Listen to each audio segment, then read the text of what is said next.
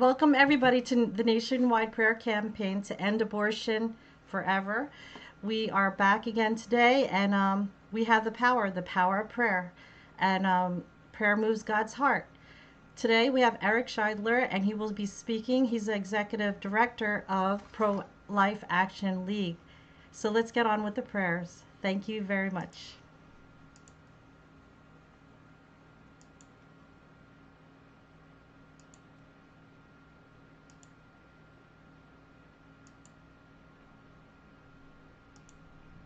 Hi, everybody. Thank you for praying again today. Today's the feast day of one of my favorite saints, one of my favorite popes, the one I knew for most of my life, and many people have too. St. John Paul II. May he intercede on us and the situation in our lives now. Today we will be having Eric Scheidler. His father was on a couple weeks ago. Eric Scheidler is the executive director of the Pro-Life Action League, founded in 1980 by his father, veteran pro-life leader Joe Scheidler. The league recruits, equips, and trains pro-life Americans to put their convictions into action at the grassroots level through peaceful direct action. Under Eric's leadership, the league's headquarters city of Chicago has become ground zero for pro-life activism nationally. So I'm here to welcome him, and let me get him on.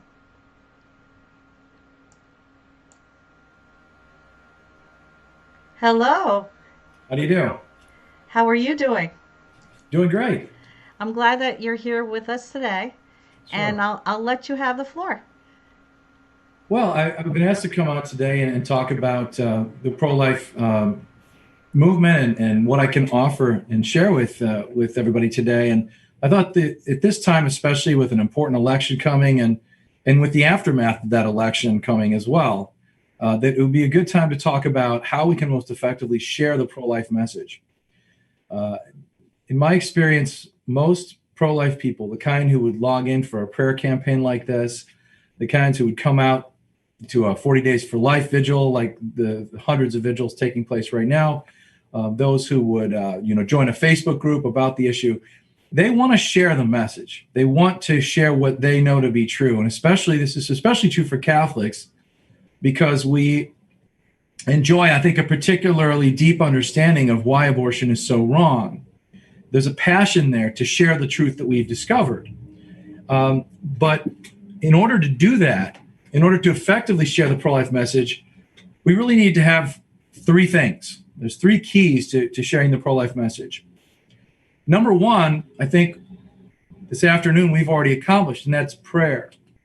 We need to be praying, asking for God's guidance and wisdom, that he will guide our tongues the way he promises to do in Matthew 10, when he says, when you're drawn before the tribunal, don't worry what you'll say. The Holy Spirit will provide that for you. So we step out in faith. We ask God to guide us. We ask God to prepare the hearts of those that we're communicating with, and to also prepare us to be able to share the message in an effective way. Secondly, we need the right information. We have to have the right answers. We have to have accurate data. We have to have statistics available to us. And I'm going to share with you in just a moment a tool that will help you to be confident, absolutely confident that you've got all the information that you need. But I'm sure, many of you, because of your passion for the issue, would be ready to share why you're pro-life and to address some of the common objections that are raised for that position. But you need another piece too, to really effectively share the pro-life message. And that's what I'd really like to focus on today. We need to have the right attitude. And the reason that I titled this talk, and that I titled the little handbook I'm going to share with you in a minute, sharing the pro-life message, is because we have to approach this business of trying to share the truth, share what we know, share what we've learned. It has to be a sharing, not an imposing, not a beating, not a cudgeling, and not a yelling the pro-life message. We don't want to scream the pro-life message. We want to share the pro-life message. And that's what this little handbook, Sharing the Pro-Life Message, is all about. This handbook just came out in its 6th edition just a few weeks ago. We've been reprinting this and updating this for many years. The 6th edition is a major update. We've added some new topics at the Pro-Life Action League. We've added a section on medication abortion. We know that about 40% or so of abortions are now being performed with medication, with pills, instead of with surgery. We address that issue in this handbook. We talk about Planned Parenthood and their scheme for harvesting and selling body parts, tissue, from the fetuses of unborn children that they have killed through abortion, and other issues as well. So this little handbook is absolutely packed. I'm going to run through the tabs on the side here to show you what kind of information is here. I'm going to be focusing on this first tab, how to share the message. We also have a section on life in the womb, abortion facts, common pro-choice arguments and how to respond to them, questions of law, like everybody's talking about Roe v. Wade today. What did Roe v. Wade decide? When did it decide it? Who was Jane Roe? Where is she now? And what would happen if Roe were overturned? That's all in there. Section on Planned Parenthood, and finally a section on getting help. But I want to focus on this first section called how to share the message.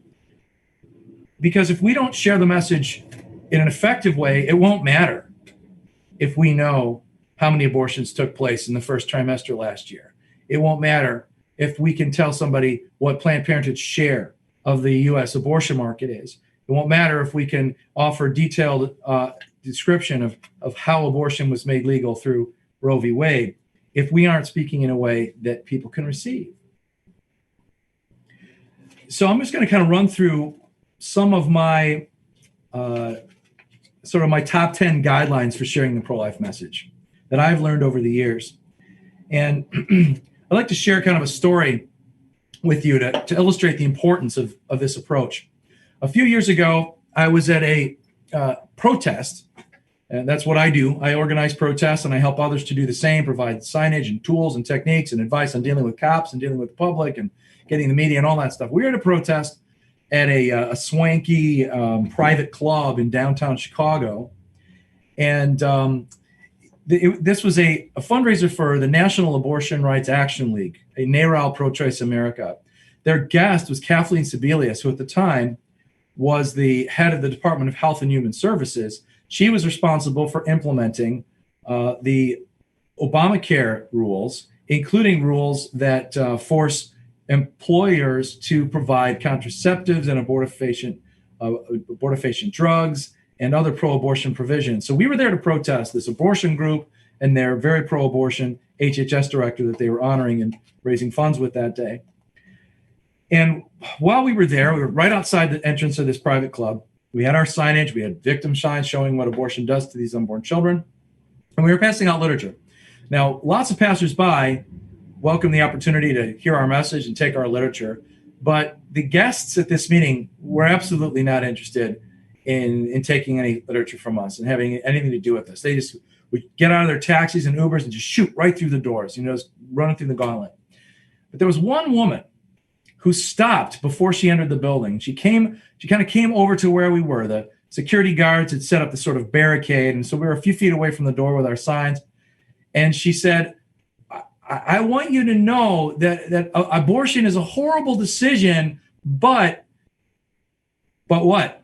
We never got to find out what she was going to say, because the moment she began to speak, this group of very well-meaning, truly wonderful people, good pro-lifers, immediately started to barrage her with, what about a woman's, how can you say that? Abortion kills an abortion. They just started to pummel her with all of their pat responses.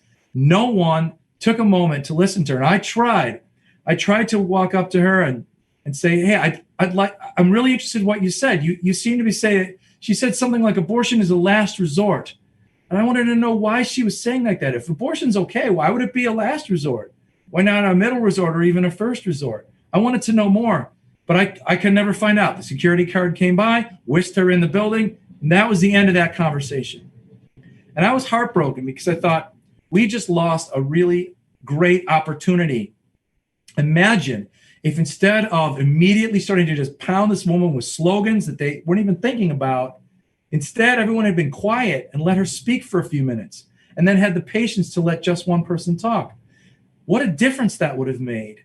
Think about this woman going up to a luncheon for a pro-abortion organization and being able to share with the people at her table. Did you guys see those pro-lifers out there? I actually kind of had an interesting conversation with them. I said this, they said that. And we could be kind of injecting almost like the pro-life virus into that meeting. Who knows what fruit might have come from that? And so that just really stood out to me as a lost opportunity, as a time when if people were following the advice that the Pro-Life actually offers in this handbook, we might have really been able to make a difference inside that pro-abortion meeting, maybe for years to come. Who knows what might have happened? So I'm going to run through my top 10 guidelines for sharing the pro-life message. Number one is to listen, as my little anecdote illustrates, to listen and pay attention. We need to hear where people are coming from. Not everyone who supports abortion does so for the same reasons, with the same amount of passion, with the same particular issues that they're concerned about. We need to listen when people tell us they support abortion, because if you'll stop and listen, you'll often find out the support for abortion isn't as strong as they might have originally suggested, or as strong as you might think. They might actually think abortion is a horrible thing, but they can't see any way out of it. You won't know that until you listen. You won't know the right words to say or the right issues to touch on if you don't listen to them. Number two, take time to think and take time to pray. We often feel very urgent. We've got to say something quick and say it loud and fast. But if we just pause, interesting what you've said. In the back of your mind, you're saying a quick little prayer, a quick little, Hail Mary in the back of your mind as you're running through what you've just heard. Think, pray, then speak. Give yourself a chance. Create a little bit of room for yourself. Number three is to always be respectful. And that can be easy. If someone's being respectful to you, it's a lot easier to be respectful to them. But you have to be respectful to someone even when they're being a big jerk. We have this idea, especially in our culture today, that if someone is rude to you, not only are you allowed to be rude, you almost have an obligation to be rude and treat them back the way that they're treating you. I don't agree with that. I don't think that's the way Jesus treated people. And it's not the way that we should treat people. So always be respectful. Number four is to seek common ground. And that common ground could be anything from, say you notice the person you're talking, I'm at a protest, someone walks by, they're trying to argue with me, and I see they've got a Chicago Bears hat on or whatever. We could talk about the game on Sunday. Maybe it turns out that they're a fan of a TV show or band that I like. Maybe we have common ground because we recognize that, that our culture's not holding men accountable enough when it comes to decisions about sexuality. There's so many different places we can find common ground. And almost never are you going to meet somebody that you don't agree with about anything. See if you can find some common ground.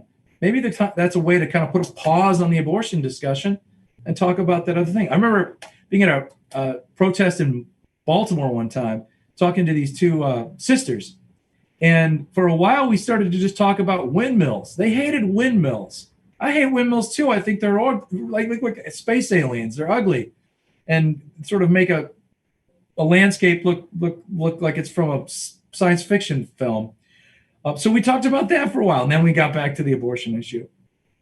Number six, give the benefit of the doubt and never take offense.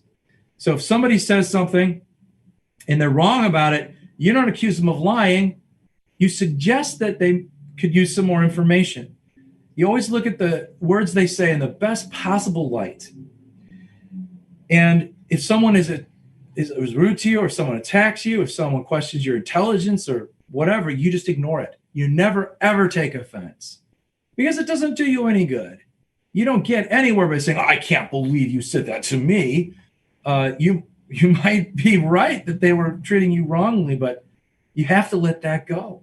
It's not going to help. It's not going to help the babies. They're the ones who are really being offended because their bodies are being ripped limb from limb and turned into pulp by abortion machines and by medicines. They're the ones who are really suffering. It's nothing for us to take a couple of insults or be mocked in some way. We have to ignore that. Number seven, this is very important. Do not interrupt others' conversations. If you walk into a room and say your daughter is talking to her friend about abortion. You know a whole lot more. Still, don't interrupt. If you're at a pro-life event, passerby comes by and starts talking to somebody else, don't stop what you're doing, praying or whatever you're doing there to get in the way. When someone is having that conversation, even if they're not the best communicator in the world, you still have to respect their opportunity and that the Holy Spirit can work through them.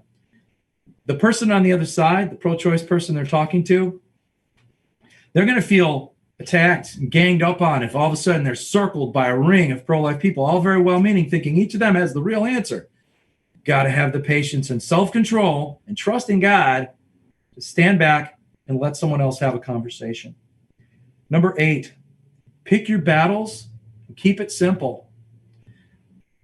We're so tempted to respond to every single issue that's raised because a lot of them will come up. And if you've had a conversation with someone who's pro-choice or pro-abortion about this issue, you know they're going to bring up the teenage girl who was abused by her stepfather. They're going to bring up somebody who's too poor to raise a child. They're going to bring up a child with horrible defects. They're going to jump on these issues and they're going to pound you. They're going to pepper you with pop, pop, pop, all these different reasons why abortion should be legal or why you're wrong to fight abortion.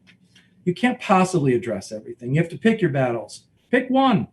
Say, look, you brought up a lot of stuff, and I appreciate, that you've thought about this issue. Can we focus on the one? Can we focus on the issue of abortion in the case of incest or rape? And then you can take out your handbook and turn to the page that shows you, in fact, this accounts for less than 1% of abortions. And then focus on that one issue. Pick your battles. Keep it simple. Number 9, this is tough for us. We have to admit when we lack information. Now, if you have this handbook, sharing the pro-life message, you will never lack information. But there may be some more deep down details that you don't have and that aren't covered in this handbook, even though it's comprehensive and covers so much. If you admit it, actually, I can't tell you today how many kids there are who are looking for parents to adopt them, but let me get back to you. Admitting that you don't have a particular piece of information or a great counter argument at a given moment leaves the door open to have that conversation again later. And in my experience, bringing someone over to the pro-life side rarely happens quickly. It usually takes a concerted effort over a series of conversations, perhaps over days, weeks, months, or even years.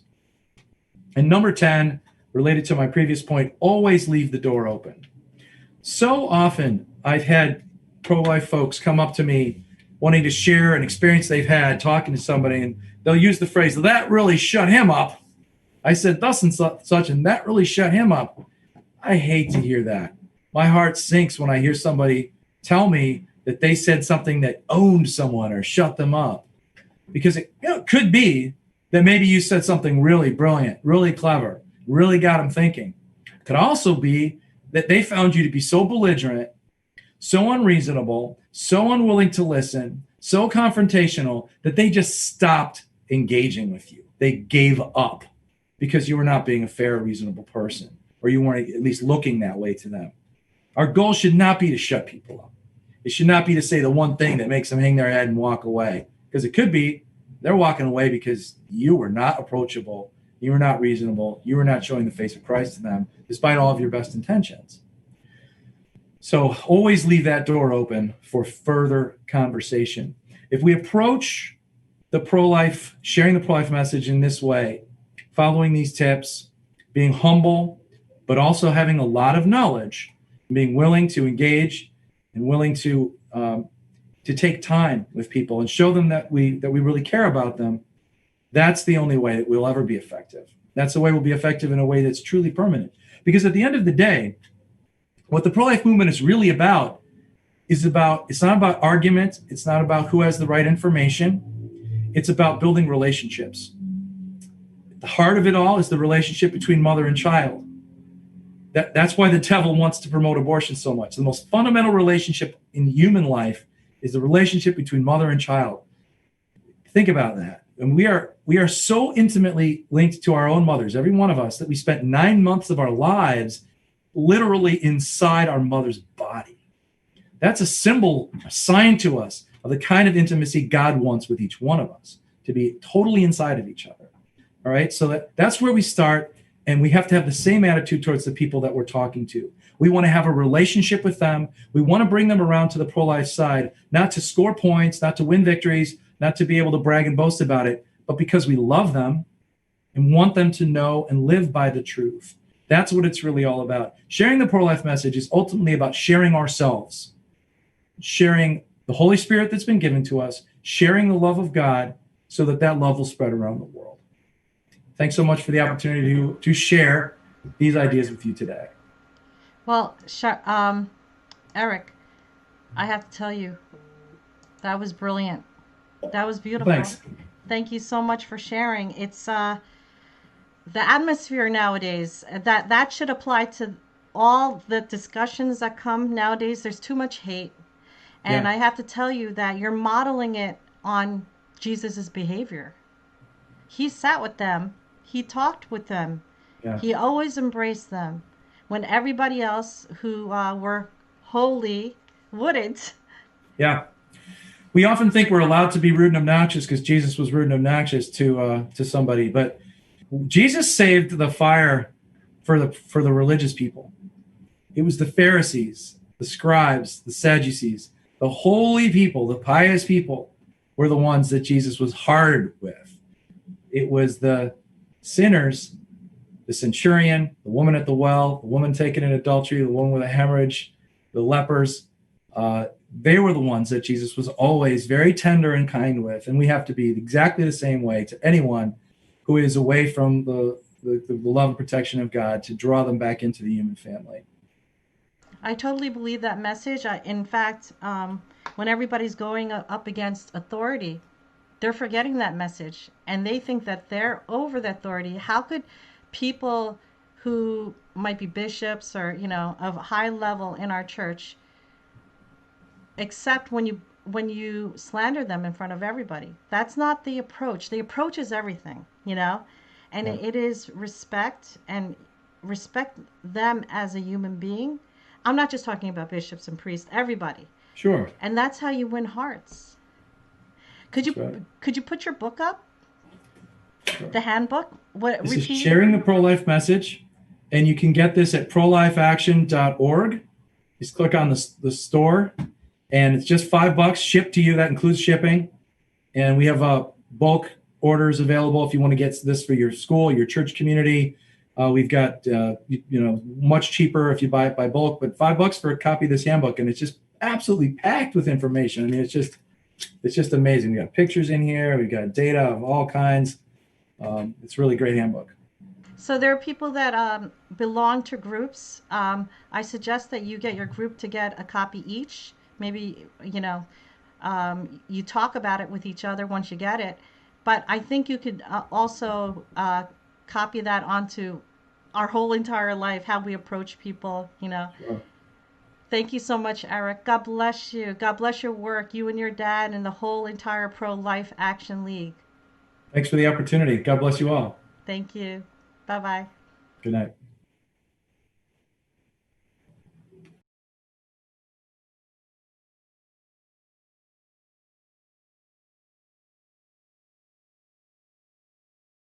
Here is something that might help a lot of people who don't know purity, don't know love, because there's too much hate, there's too much fear and anxiety in the world. Well, when we concentrate on love, we get filled with love. When we know what truly love is, and we beg God, who is love Himself, to come inside of us, that's how we could be a furnace of inflaming love to the world. Flaming love to the world. So if you would like to purchase this book, it's in Amazon. It's $8.99 for the paperback, and it's also $3.99 for the digital. Leave a review, please, and be generous if you don't mind. God bless you all, and let's keep on praying. Hi, my name is Karen Jeffson from John Leaf's Evangelization. We've been doing this live stream to stop abortion since May 13th, 2020, and we try to do prayers each day, every day, with speakers.